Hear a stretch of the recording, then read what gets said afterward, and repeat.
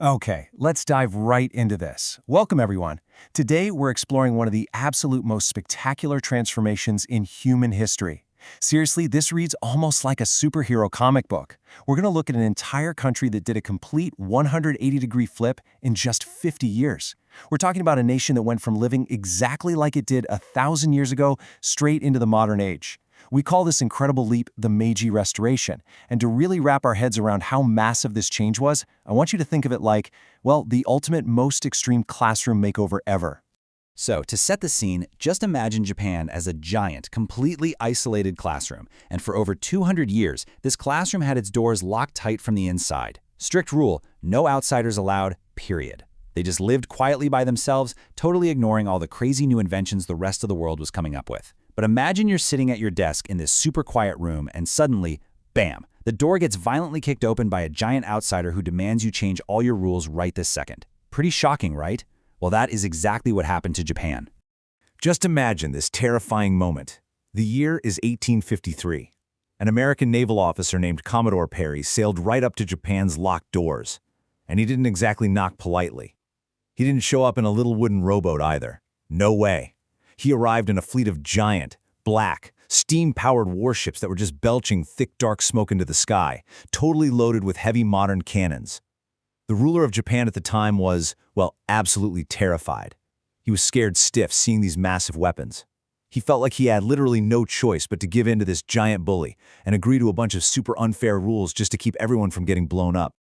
Let's pause our story for a quick vocab power-up. To understand why the ruler caved so easily, we gotta know who was actually in charge. The boss of Japan wasn't the emperor at this time. It was actually a military dictator, and his government was called the shogunate. Think of the shogunate as this really old, strict-class president who had just been in charge way too long. And unfortunately, the shogunate was in a state of decay.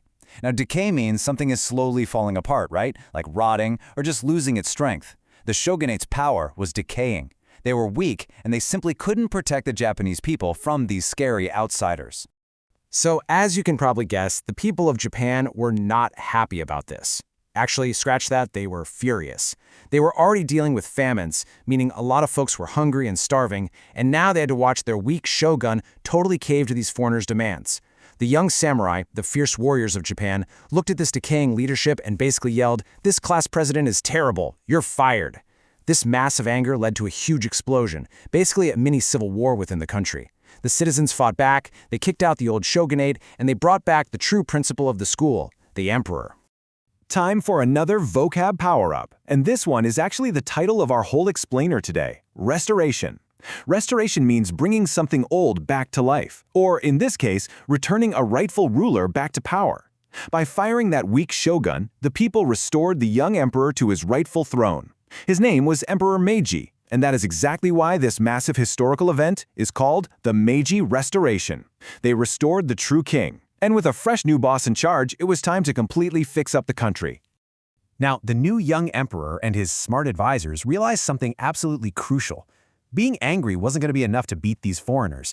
Their weapons were just way too advanced. So they decided, hey, if we can't beat them, we got to learn their secrets. In 1871, they organized the ultimate field trip, called the Iwakura Mission.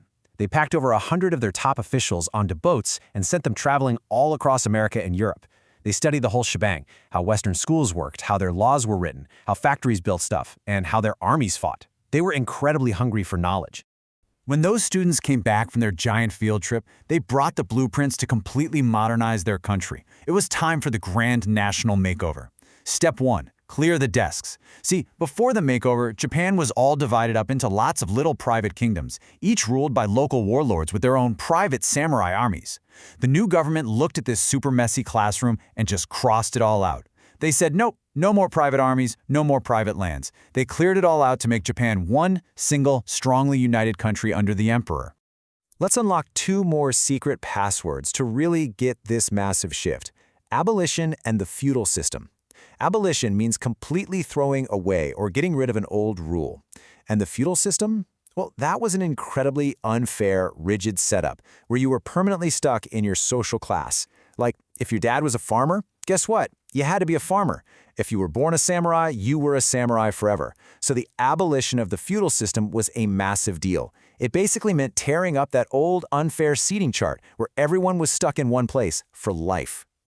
With that old system tossed in the trash, it was time for makeover step 2, new team rules. Because they threw away the old feudal system, true social equality was born. Suddenly, everyone was playing by the exact same rules.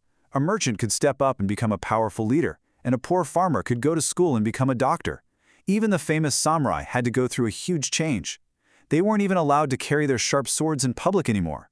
Defending the country was no longer this exclusive VIP club just for samurai. It became a massive team project where absolutely everyone had to pitch in. To make this huge new team project work, they introduced our last set of power-up words: conscription and conscript. Conscription is a strict rule that makes regular, everyday citizens join the military, and a conscript is the actual person who is forced to join up by law. Through conscription, a regular farmer's son suddenly became a conscript in the emperor's brand new modern army.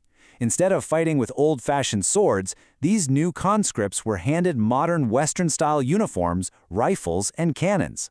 The whole country was finally pulling together as one big, unified force. All right, makeover step 3 was all about high-tech upgrades. Once they had a united country and a tough new army, the Meiji government just slammed on the gas pedal for industrialization. They completely changed how people made money, shifting away from an old system of just trading rice to modern capitalism. That meant people started using money to build massive businesses. The government built huge factories that pumped out goods, then sold those factories to smart businessmen. They started stringing up telegraph lines to send messages instantly. Almost overnight, the entire landscape of Japan was transformed by steel, steam, and smoke. They were getting rich, and they were getting rich fast. Just look at this transformation timeline. It's wild. Remember, when Commodore Perry showed up in 1853, people in Japan were still walking everywhere or riding horses, just like they had for centuries. But snap your fingers and look at the 1870s, they're suddenly stringing up miles and miles of telegraph wires, totally replacing the runners who used to carry messages on foot. By the 1880s, they're laying down steel tracks and just zooming across the country on steam trains. And by the 1900s, massive brick factories are everywhere. The speed of this change is just absolutely dizzying. So the absolutely crucial point to remember here is this number, 50. 50 years. I mean, in the grand scheme of human history, 50 years is literally just a tiny blink of an eye. Normally, it takes centuries for a country to invent new technologies, build new governments, and totally change their society. But as one of our sources points out, Japan took a leap that really should have taken 1,000 years, and they pulled it off in just 50. In 50 years, they went from being terrified of a single steamship to actually building their own. No way, right? But they really did it. And here it is, the grand reveal of our before and after classroom makeover. Before, the boss was a weak military shogun. After, it's the modern Emperor Meiji. Before, only samurai with swords did the fighting. After, you've got a massive national army of conscripts with rifles. Before, you were totally stuck in your social class thanks to the feudal system. After, abolition meant everyone had to go to school and could actually choose their own path in life. Mission accomplished. Japan officially graduated from a quiet, isolated island into a globally recognized superpower that even defeated huge empires like China and Russia. Now, as with a lot of huge changes, there was a major negative side effect to all this brand new power. As Japan modernized and got stronger, they needed more and more resources, stuff like coal and iron, just to feed their new factories. They looked at those Western empires they had learned from, and unfortunately, they started copying the bullies' bad habits. Japan adopted an aggressive policy to expand their own empire. They started using their powerful new military to take over other lands, like Taiwan and Korea, and started wars to conquer territory. They basically transformed from the student getting bullied right into a powerful empire that bullied others, which would ultimately set the stage for the massive tragedies of World War II. Which brings us to a really important final thought. The Meiji Restoration proves that, with intense focus and teamwork, incredible, rapid transformation is totally possible. But it also comes with a heavy warning. So I'll leave you with this question to think about. If your class or your entire country suddenly gains superpowers overnight, how would you make sure you use that incredible strength to help build a better world, instead of just becoming the new bully on the block? Thanks for diving into this incredible explainer with me today. Keep learning, keep asking those big questions, and I'll see you next time.